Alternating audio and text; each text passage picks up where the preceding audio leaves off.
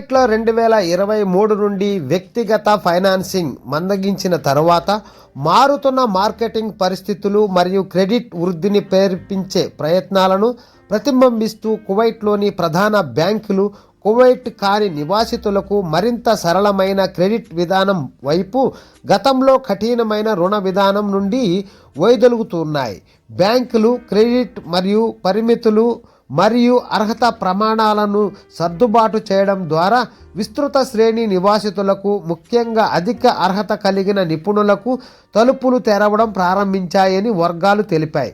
కొత్త విధానం ప్రకారం 3,000 దినార్లు మరియు అంతకంటే ఎక్కువ జీతం ఉన్న ప్రవాసులు ఇప్పుడు 70,000 దినార్ల వరకు రుణాలకు అర్హులు అయితే 1,500 దినార్లు మరియు 50,000 దినార్ల మధ్య సంపాదించే వారు కూడా గణనీయమైన ఫైనాన్సింగ్కు అర్హత పొందవచ్చు.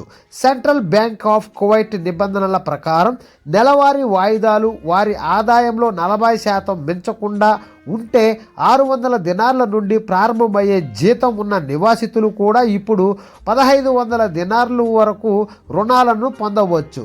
అధిక ఆదాయం పొందుతున్న నివాసితులకు అధిక సీలింగ్ రుణాలు పాల్గొనే బ్యాంకులు అన్ని శాఖల్లో అందుబాటులో ఉన్నాయి. అయితే మధ్య మరియు తక్కువ ఆదాయ నివాసితులకు చిన్న రుణాల ప్రధానంగా ఎలక్ట్రానిక్ పద్ధతుల్లో ప్రాసెస్ చేయబడతాయి.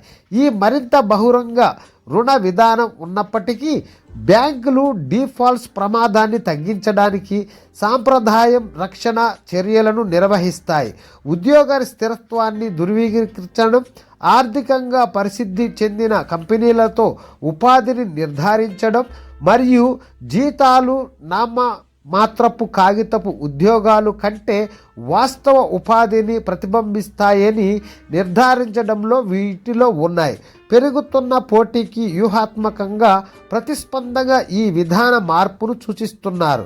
చిన్న మరియు మధ్య తరహా బ్యాంకులు చారిత్రాత్మక కువైట్లో కాని నివాసితులకు రుణాలు ఇవ్వడానికి సిద్ధంగా ఉన్న ఏకైక సంస్థలు అన్ని వర్గాలు పేర్కొన్నాయి. క్రెడిట్ ఆఫర్లను విస్తరించడం ద్వారా ప్రధాన బ్యాంకులు ఇప్పుడు నిరూపితమైన క్రెడిట్ అర్హత కలిగిన రుణగ్రహీతలను ఆకర్షించడానికి దూకుడుగా పోటీ పడుతూ ఉన్నాయి. స్థానీకరణ కార్యక్రమాల ద్వారా ప్రభావితం కాని ప్రభుత్వ ఉద్యోగులు, వైద్యులు, నర్సులు, సాంకేతిక సిబ్బంది, ఇంజనీర్లు, ఉపాధ్యాయులు మరియు వ్యాపార యాజమానులు అర్హత కలిగిన నిపుణులలో ఉన్నారు. పునరుద్ధరణలు వంటి గృహ సంబంధిత ప్రయోజనాల కోసం 25,000 దినార్ల వినియోగదారులు రుణాలకు ఫైనాన్సింగ్ పరిమితులపై ప్రామాణిక నియంత్రణ పరిమితిని మించి ఉండవచ్చు. 70,000 దినార్ల వరకు చేరుకోవచ్చు. జీతం, సేవ ముగింపు ప్రయోజనాలు మరియు ఇప్పటికే ఉన్న డిపాజిట్లు ఆధారంగా అర్హతతో రుణ నిబంధనలు 7 సంవత్సరాల వరకు పొడిగించబడవచ్చు. ఈ మార్పు నివాసితుల చట్టపరమైన మరియు ఆర్థిక స్థిరత్వాన్ని బలోపేతం చేసే ఇటీవలి నియంత్రణ మరియు పరిపాలన మార్పులతో సహా లేఖనం చేయబడిందని వర్గాలు వివరించాయి. వీటిలో కువైట్ కాని ఆస్తి యజమానులకు సివిల్ ఐడి చెల్లుబాటును 10 సంవత్సరాలకు మరియు విదేశీ పెట్టుబడిదారుల కార్డుకును 15 సంవత్సరాలకు పొడిగించడం, క్రెడిట్ రిస్కులు అంచనా వేయడంతో బ్యాంకులకు ఎక్కువ విశ్వాసాన్ని ఇస్తుంది.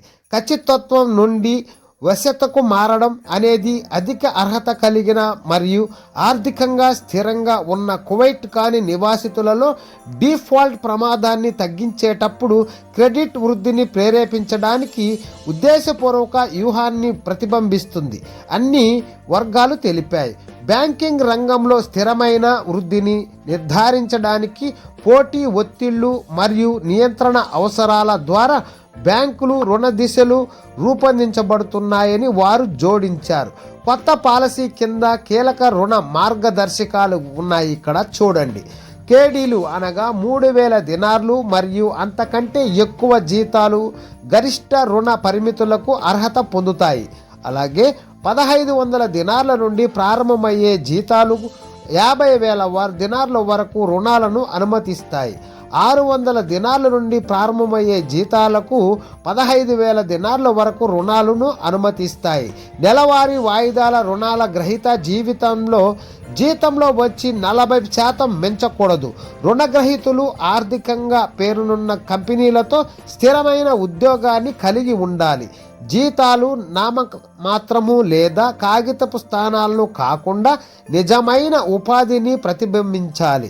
Don't forget to subscribe, like, share. Thanks for watching.